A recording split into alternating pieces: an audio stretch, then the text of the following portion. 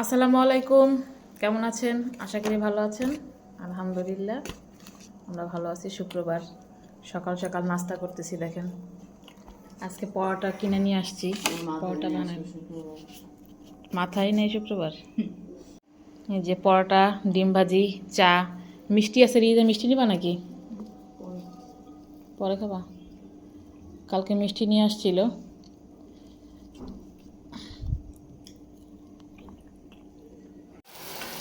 নাস্তা শেষ করে রান্নায় চলে আসছি।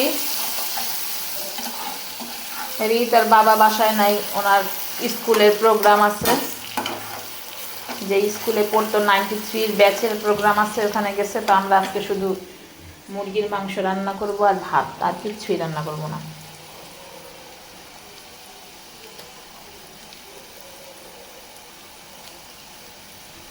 কাজ কাম কম,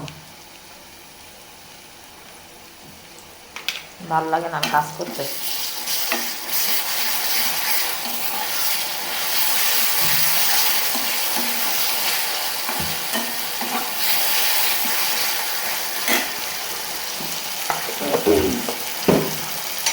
গলার মধ্যে মনে হয় কি একটা ঝুঁকা আছে।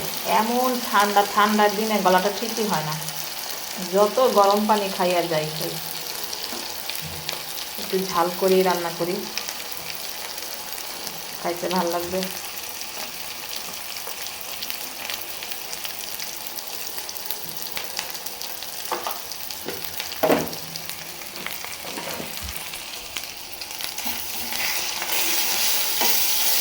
একটু পানি দিয়ে দিই, জিরা দিলাম আর মাংসের মশলাটা দিলাম।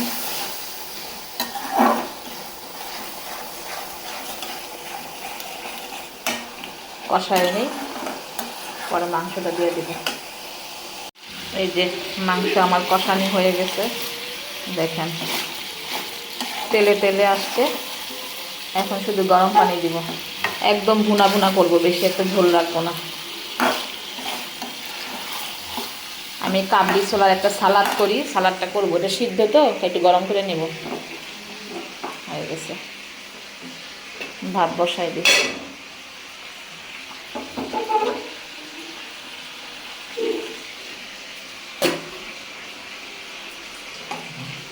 মাংসতে ঝোল দিয়ে দিই একটু।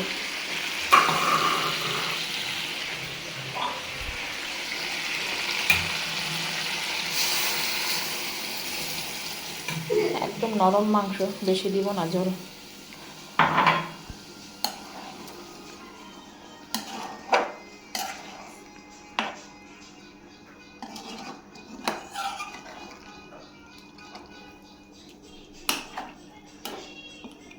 এই তোর স্যার কখন আসবে আজকে?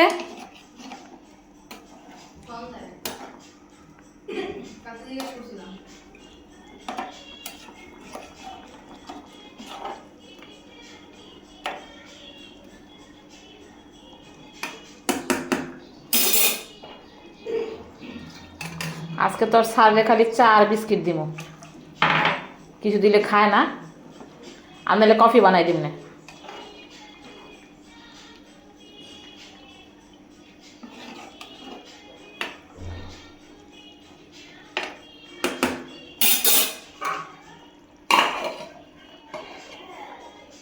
রান্না শেষ করে দেখেন সব মোছামাছি করলাম। শুক্রবার দিন আমার বুয়া আসে না, শুক্রবার দিন আমার নিজের মনে হয় নিজেই বুয়া। সব কাজ করার লাগে, অসহ্য হয়ে গেলাম। শুক্রবার দিন নামাজ কালাম থাকে, সেই দিন সে আসবে না, তার ছুটি। একটু চা আছে, রিহান্ডে চা দিলাম, চা খাই না, চাটা খাই ফেলি। ওভেনটা চাইছিলাম আজকে ধুবো, ওভেনটা ধোয়া হইতেছে না কতদিন।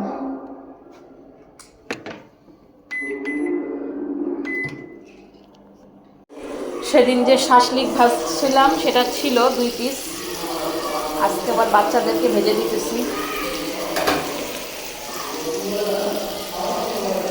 আরে চুলাটা চালিয়ে দিলে করে হয়ে যায় কড়াইটা।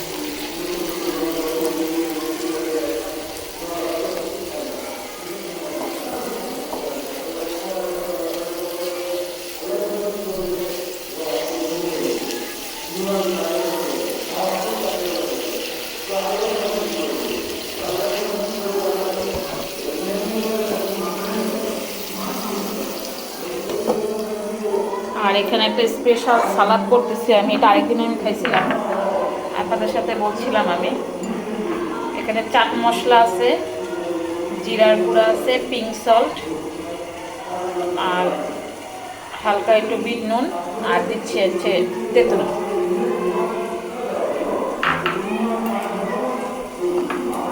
এটা দিয়ে সালাদটা করব।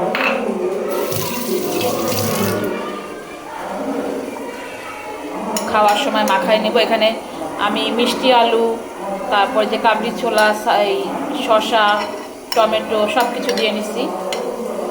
এটাকে খাওয়ার সময় মাখায় নেব, এটা মুছা ফেলাই। আমাদের খাওয়া দাওয়া শুরু। কি মাখাই দেবো লবণ দিয়ে?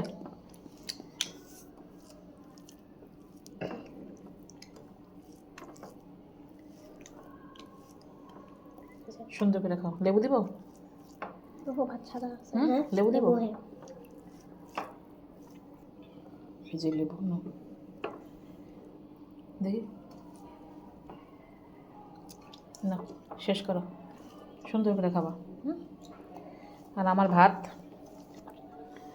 আর সালাদ। এখানে মনে হচ্ছে অনেকগুলা ভাত, আসলে অনেক কম।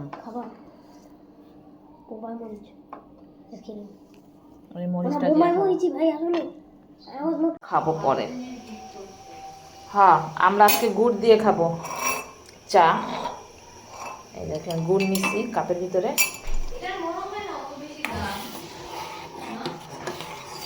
হাফ কেজি, তাও তো তোমার 400 টাকার কম হবে না। যে রসের কত করে আর কি জানি, এরকমই হইব। তো আমাকে গিফট করেছে।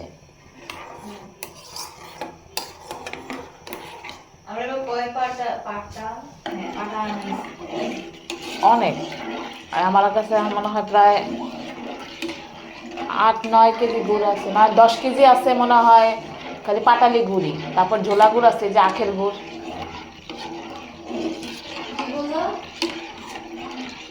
এটা দিয়ে রসভুরি পিঠা করব সুজির, একটু জাল হোক। আর এই দুধটা ওদের রাতে খাওয়ার জন্য জাল দিব। চাটা খাই, চাটা খেয়ে নেই। আচ্ছা, আমি একটু টক দই বানায় রাখবো, এ পুরোটাই জাল দিই। চা খাই বন্ধুরা। রিয়েতাও চা খাইতেছে, দেখেন আমাদের গুড়ের চা। আজকে লিকাটা একটু কম হয়েছে না, সাথে একটা বিস্কিট। একটা সুজির পিঠা বানাইছিলাম, সুজির রসভরি পিঠা। রিতা খাইতে চাইছিল, এর জন্য। এই পিঠাটা খুব ভালো লাগে খাইতে, দুধের সাথে মিশে তো সুজি দিয়ে বানানো হয়। রিতা খুব পছন্দ করে এটা। এখানে আবার এটা কি চিনিতে ছিল মনে হয়।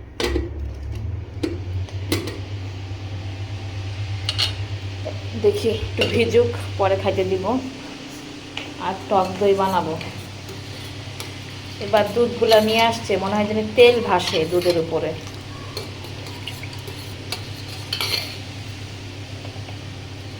এটার ভিতরে দিয়ে বসাই দিব। আগের দই ছিল যে,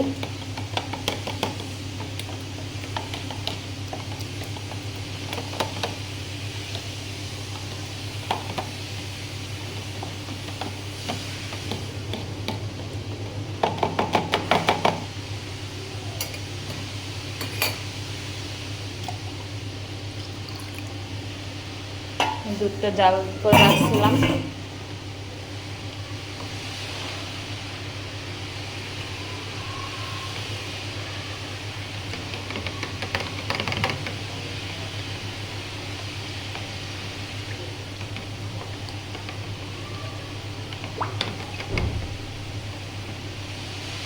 এটা একটা গরম স্থানে রাখবো এখন।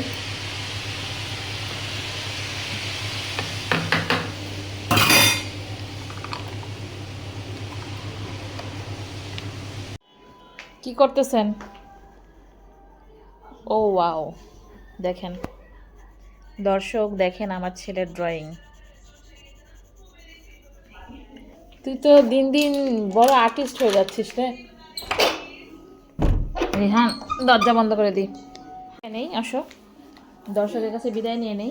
রাতে খাওয়া দাওয়া শেষ করে ফেলছি। রিতাকে স্যার পড়াই গেলে মাত্র, এখন আমরা রাতে বিদায় নিই।